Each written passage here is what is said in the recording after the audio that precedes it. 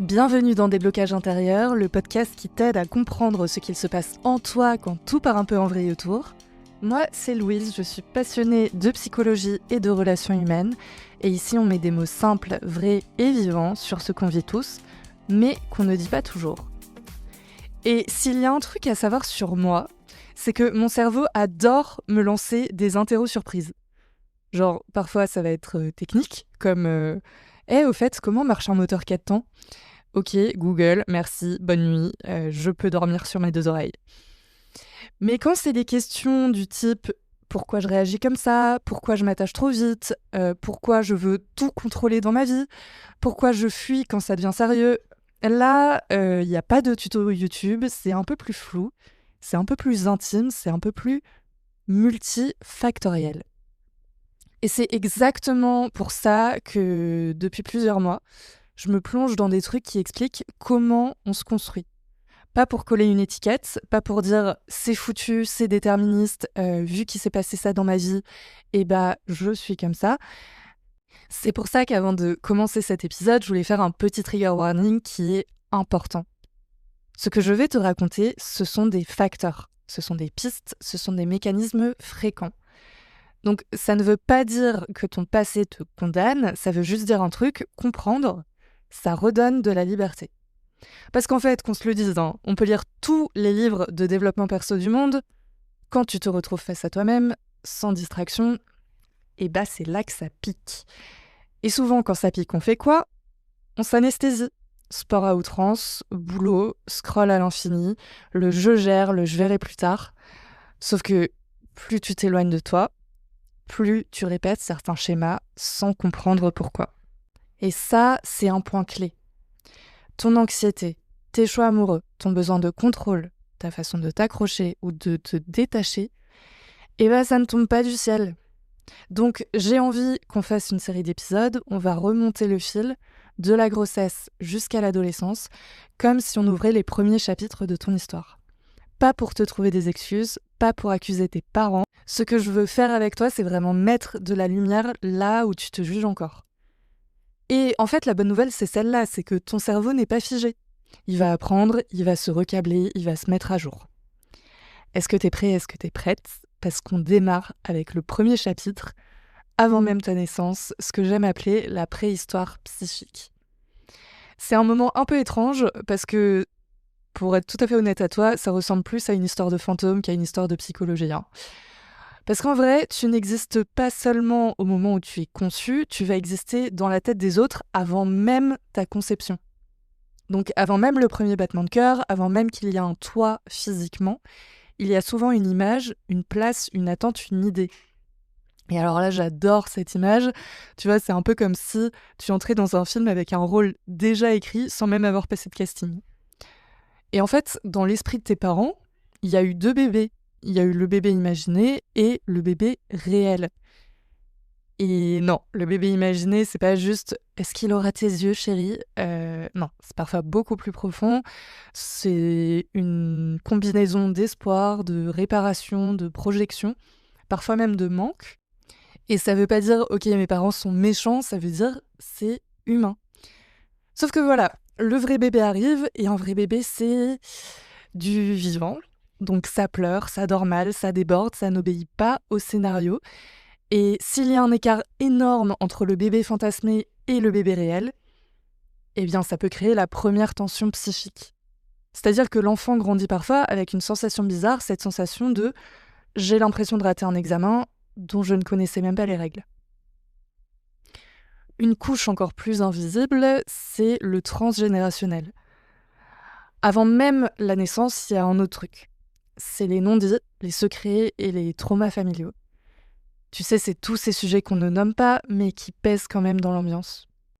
Ça peut se transmettre de plein de façons, que ce soit sous forme de climat émotionnel, des réactions, des silences, du stress.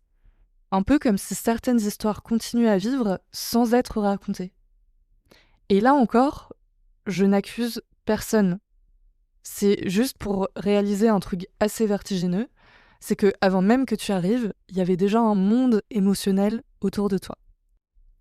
Une fois qu'on a compris ce qui se passait avant ta naissance, on peut maintenant passer au deuxième chapitre, la naissance, ton cerveau, ton corps, le lien. Parce qu'ensuite, tu nais. Et biologiquement, un nouveau-né, c'est un être sensoriel total. En gros, quand tu es né, tu ne pensais pas comme un adulte. Tu vivais le monde à travers tes ressentis, tes perceptions, et tu t'ajustais en fonction de ça. Donc au début, il n'y a pas de séparation nette entre ce que je ressens et ce que je suis. Ton émotion, c'est ton langage. Et le sens le plus près à la naissance, c'est le toucher. Et ça a du sens parce qu'en fait, ton corps va chercher une frontière, un contour, une sécurité. Et c'est là qu'on comprend pourquoi le pot à pot, les bras, la présence physique, ce n'est pas un caprice, c'est de la régulation nerveuse. Parce que ton système nerveux, au début, est immature. Tu ne peux pas te calmer tout seul, tu empruntes le calme de l'adulte. Et sache que même ton champ visuel est calibré. Tu vois flou, mais tu vois relativement net à la distance du visage qui te nourrit, c'est-à-dire 20-30 cm. Donc ce que ça veut dire concrètement, c'est que ton cerveau est littéralement conçu pour la relation. Et t'as l'audition aussi. Avant même de comprendre des mots, tu reconnais des mélodies de voix. Ce qui te calme, c'est vraiment la familiarité, le rythme, la continuité. Le point qui fait froid dans le dos, mais qui est essentiel, c'est qu'il y a des observations cliniques qui ont été très marquantes. C'est des bébés nourris, lavés, soignés, mais privés de liens affectifs réguliers. Et on a vu à quel point l'absence de regard, de voix, de présence pouvait freiner le développement. Donc le message simple et important, c'est qu'un bébé ne survit pas juste avec du matériel, il survit avec du lien. Mais attention, ça ne veut pas dire que tout est joué en quelques mois. Ça veut dire que très tôt, ton corps apprend quelque chose comme « quand j'ai besoin de quelque chose, est-ce qu'on me répond ?» Et ça devient une carte interne, pas consciente, pas verbalisée, mais inscrite. En gros, un bébé ne se souvient pas en images, il se souvient en sensations, que ce soit tension, calme, chaos, continuité. Et si à un moment, il y a un trop-plein sans contenant, le système nerveux peut apprendre « Ok, le monde n'est pas fiable quand j'en ai besoin ». Et ça peut donner deux extrêmes. Un bébé qui proteste fort, s'accroche, s'agrippe, va chercher le contact, ou un bébé qui se retire, demande moins, a l'air sage.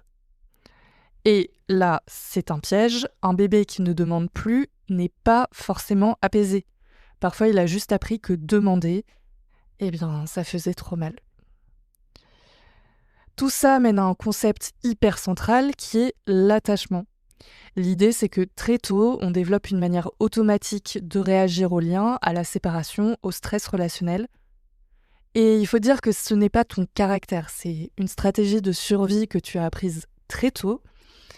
Et dans le prochain épisode, j'aimerais qu'on ouvre ce chapitre-là. Pourquoi certains liens te rassurent, pourquoi d'autres t'activent, pourquoi tu as l'impression de te perdre ou de fuir, et comment ça s'inscrit très tôt. Je peux finir avec une image que j'adore qui est le livre. En gros, ta psyché, c'est comme un livre. C'est-à-dire que tu t'es pas levé un matin en mode « Ok, aujourd'hui je choisis mon rapport à l'amour, au manque et à l'angoisse ». Non. Les premières pages se sont écrites quand tu ne pouvais pas comprendre, quand tu ne pouvais pas décider, quand tu ne pouvais même pas raconter. Mais ton cerveau, lui, notait tout. Il notait en sensations, en climat, en présence ou en absence. Certains chapitres t'ont sauvé, ils t'ont aidé à tenir, à t'adapter, à garder du lien. Donc le travail intérieur, c'est pas brûler le livre, c'est pas effacer le passé, c'est surtout arrêter de te juger pour des trucs qui à la base étaient des solutions. Et parfois, la mise à jour commence juste par ça, repérer. C'est-à-dire que quand une émotion déborde, quand une réaction part trop vite, au lieu de te battre contre toi, il faut te dire « Ok, là je viens de retourner sur un vieux chapitre », et rien que ça, c'est déjà reprendre la main. En tout cas, merci d'avoir écouté cet épisode. On a posé le décor. Avant même ta naissance, ton histoire a commencé à s'écrire. Et à la naissance, le lien devient une condition de survie. Et dans le prochain épisode, on ouvre un chapitre essentiel qui est l'attachement. Et crois-moi, tu vas comprendre beaucoup de choses sur toi, sans pour autant coller une étiquette. Et rappelle-toi, tu n'es pas coincé dans ton histoire, tu apprends à la relire pour écrire la suite. Et ça, c'est déjà une forme de liberté. Je t'embrasse, des bisous et à très vite dans Déblocage intérieur.